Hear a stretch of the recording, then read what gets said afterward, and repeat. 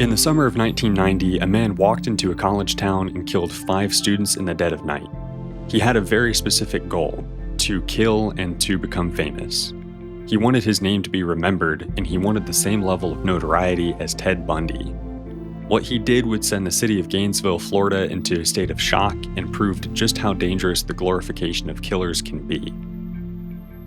If you've been on the internet recently and have an interest in true crime like I do, you've probably noticed something. Killers are genuinely being turned into thirst traps. It's become a genuine issue where these heinous individuals are being borderline glorified and turned into celebrities. Now, this isn't even necessarily a new thing. For decades, people have had attractions to serial killers that border on insane. Richard Ramirez, also known as the Night Stalker, had women showing up to his trial with shirts that said, "I heart Richard Ramirez." He received hundreds of letters from fans and admirers, and it's also believed he had at least 15 girlfriends during the time he was behind bars. He's far from the only killer to receive this kind of treatment, though. Infamous cult leader Charles Manson received letters from all across the world just like this one that reads, "Dear Charles Manson, hey, it's me again. I don't know if you've gotten any of my other letters yet, but I've been telling you about my tattoo and my ex, so I enclosed a picture of myself. I hope to hear from you soon. If I could, I would change places with you in a heartbeat." There was even this guy who had some of Manson's ashes tattooed into an X on his forehead, along with a Helter Skelter tattoo. Even more recently, killers like Jeffrey Dahmer and Ed Gein have gotten their own shows. Heck, Dahmer even has a movie where he's portrayed by Ross Lynch. Both the Dahmer and Ed Gein shows from Ryan Murphy have faced heavy scrutiny for glamorizing and sensationalizing horrific murders. Even the subjects of the show themselves aren't happy about it. The Menendez brothers, who were convicted in the 90s for the murder of their parents, have gone on record saying, quote, "It is with a heavy heart that I say, I believe Ryan Murphy cannot be this naive and inaccurate about the facts of our lives so as to do this without bad intent." Even more recently was the Cameron Herron case. I'm sure you've all heard the story by now, but in 2018, Cameron Herron was racing his friends through the streets of Tampa. He blew through a crosswalk at over 100 miles an hour, hitting and killing a woman and her 1-year-old daughter. This would have just been another tragic case of stupidity leading to a loss of life, but due to his looks, this case drew a massive following. People began making fan edits of Cameron begging for his freedom. Let's not forget, this is a guy who killed a woman and her 1-year-old child, but now he has hundreds of fan edits painting him as a martyr. The glorification of and attraction to killers has become such a known issue that there's actually a term for it. Hybristophilia is the sexual interest in and attraction to those who commit crimes. It can be observed in all of the cases I've brought up so far, but none in history is clearer than the case of Ted Bundy, who would later inspire the topic of today's video, Danny Rawling. Everyone knows Ted Bundy. He's one of the most well-known serial killers ever, but here's a quick synopsis. Throughout the 70s, Bundy would kill at least 30 women across Washington, Utah, and Florida before ultimately being sentenced to death in 1989. Bundy's trial became a media frenzy. It was the first ever televised murder trial in history, and hundreds of reporters came from all over the world to report on it. The courtroom was packed every day, and people tuned in daily like it was a TV show. Women sent him love letters, nude photos, and wedding proposals, and it wasn't uncommon for girls to show up to the trial dressed up in the style of many of his victims. I do want to talk about that last part for a second, because how absolutely lost and depraved do you have to be to dress up and imitate innocent girls who were brutally murdered for the sole purpose of getting the attention of the guy who murdered them? People are sick. Well, one man was watching all this and decided after building up a criminal record for years, he would take the next step. He would become, in his own words, a superstar like Bundy. Danny Rawling was born on May 24, 1954 to parents James and Claudia in Shreveport, Louisiana. Rawling's childhood, like many other career criminals and serial killers, was a difficult one marked by abuse. Danny's father, a former Korean War vet and local police lieutenant, would lash out violently, beating Danny and his brother for what often seemed like no reason at all. Family members would comment about James's temper, saying it would come out of nowhere. He would get mad over nothing. He would beat the boys for breathing too loud. He was always angry. Because of this, Danny grew up with a perverted view of the world, often fantasizing about acts of violence. After his dad threw him in jail for drinking with a neighbor, Danny decided he had enough and enlisted in the Air Force at the age of 17. His stint in the Air Force was short-lived, though. He had indulged in drug and alcohol abuse for years at this point, and this continued on after enlisting. He admitted to tripping on acid over 100 times, in addition to doing other drugs while in the service. Within a year, Rawling would be discharged after getting caught with drugs and disobeying direct orders. Obviously, going back to live with his parents was not an option at this point, so Danny moved into his granddad's house in Shreveport. It seems like his granddad was actually a genuine positive influence on him. He started cleaning himself up, got involved in the local church, and even met a sweet girl named O'Mather Ann Halco.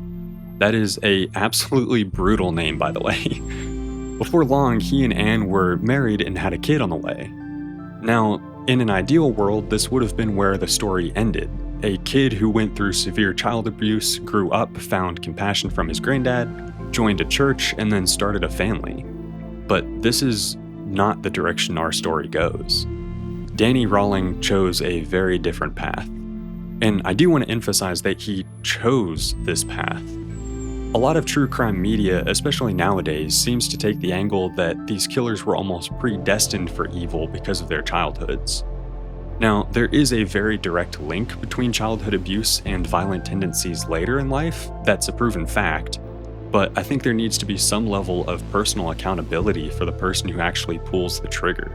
Danny began to feel the pressure of working multiple jobs to provide for his family, and he started to crumble. It's like a switch was flipped in his mind and he just broke.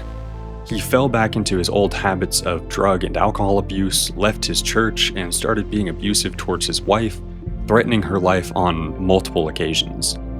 Danny was arrested for peeking through windows around town to spy on girls while they were changing, and he began committing petty theft. The final straw came in 1977 when Danny put a gun to his wife's head when she threatened to leave him. 6 months later, their divorce was final. With the promising life he was building now gone due to his own actions, Danny Rawling had nothing holding him back. He would spend much of his time between 1979 and 1988 in prison for various armed robberies. His routine seemed to be as follows: work, rob the local Winn-Dixie supermarket at gunpoint, get arrested for a time, indulge in drug and alcohol addictions, spy on women, and if he had time left over, steal people's cars. Here's where something very interesting happened, though. Concurrent to all this, the infamous Ted Bundy trial I mentioned earlier was holding the attention of the entire nation. Danny Rawling, now untethered from the grounding forces of good he had in his life, like his granddad, wife, and his church, watched the sensationalized case of Ted Bundy and was inspired. The 34-year-old Rawling moved back into his parents' house in Shreveport, and life continued on as it had through to November of 1989. Ted Bundy's execution had happened just months earlier, and it was met with another wave of widespread media attention. Danny had gotten a job working at a local restaurant, but on November 4th, he was fired after missing 3 consecutive days with no notice. According to witnesses, he became enraged and threatened to kill the manager and head cook. Later that same night, Danny Rawling would take the lives of his first victims and start down the path of becoming a serial killer. Tom Grissom was an AT&T supervisor known in the community to be very kind, friendly, and respectable. He lived just 10 minutes from the Rawling household with his daughter Julie, who was also very well liked. The young Sean Grissom was also over at the house that weekend visiting his granddad Tom to celebrate his 8th birthday. Their bodies would all be discovered on November 6th, 1989. Now, out of respect for all the victims in this story, I do want to avoid getting into tons of detail when it comes to their deaths, but it was noted that each of the Grissom family members were found with multiple stab wounds, and Julie was found naked, posed, intentionally hanging off the side of her bed. That is a detail that will become very important later. The crime scene was neat and there were no visible signs of forced entry. Nothing was stolen, and while there were some signs of a struggle, the house itself remained mostly in order. It was almost as if the killer had tidied up a bit. While police in the area frantically searched for the killer, Danny Rawling retreated back to his parents' home where no one was the wiser. After half a year going by without being caught, Danny seemed to be getting more confident in his violence.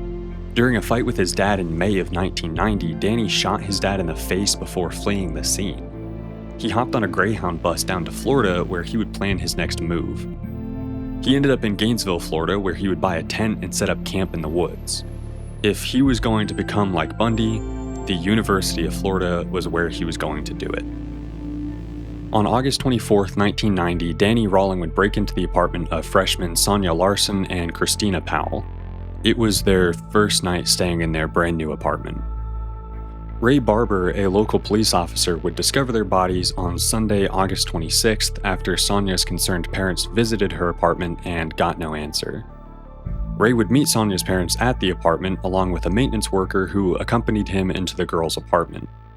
Upon seeing the scene inside, the maintenance worker would run out and throw up outside before sobbing. Inside the apartment, Sonia and Christina were found brutally stabbed to death. Both girls were naked and were posed in provocative positions as if to shock whoever would eventually find them. Christina had been assaulted and was found with duct tape residue around her wrists, suggesting she had been bound up by the killer. Rawling would retreat to his makeshift camp in the woods until the following night when he would break into yet another apartment and kill 18-year-old Krista Hoyt. Krista worked a part-time job at the records department of the sheriff's office. She was known for always showing up to work no matter what, so when she missed a day, coworkers were immediately suspicious. The following morning, 2 police officers were sent to her apartment to perform a wellness check. The scene they discovered is easily the most disturbing in this entire case.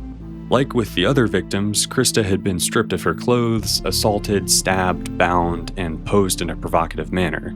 Unlike the other victims, though, Krista was missing her head. The killer had posed it on a nearby bookshelf to make it face her own body. Obviously, with 3 murders taking place in such close proximity to each other, the city of Gainesville began to spiral into panic. Thousands of students left campus out of fear, and many never returned. Self-defense items such as guns, mace, and baseball bats began flying off shelves as the students who stayed looked for ways to defend themselves. Hundreds of officers were stationed around the city of Gainesville looking to deter another attack. This tragically would not work. The night of August 27th, Danny Rawling would strike again, killing Tracy Powles and her roommate Manny Taboda.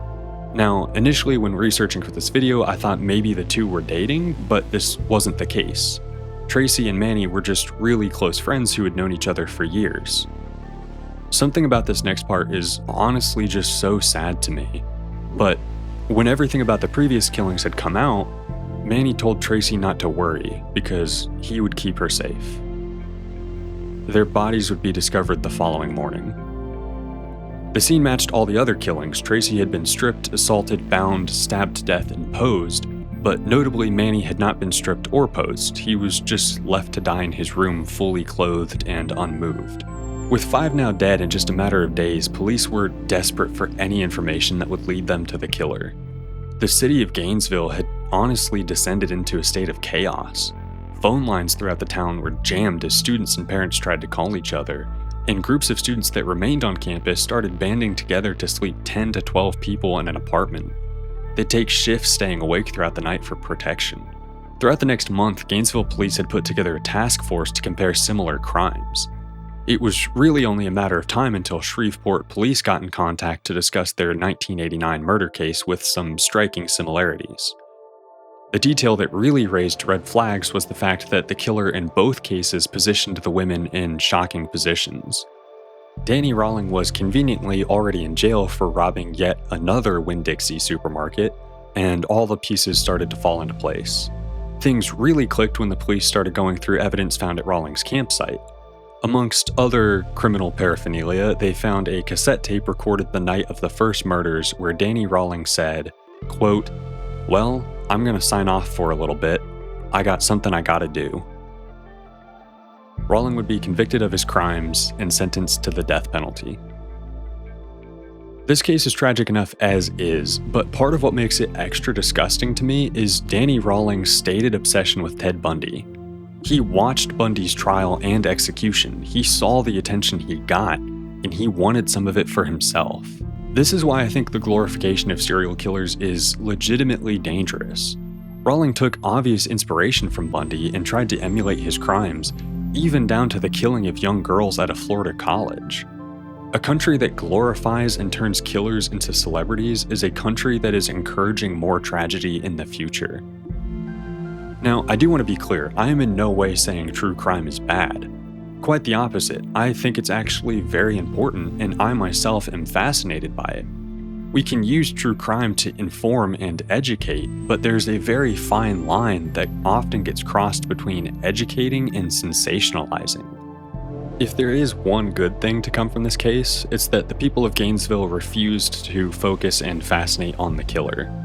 The community as a whole has taken him out of center frame, even refusing to call him the Gainesville Ripper, instead referring to the case as a whole as the Gainesville student murders, keeping the focus on the lives of those lost.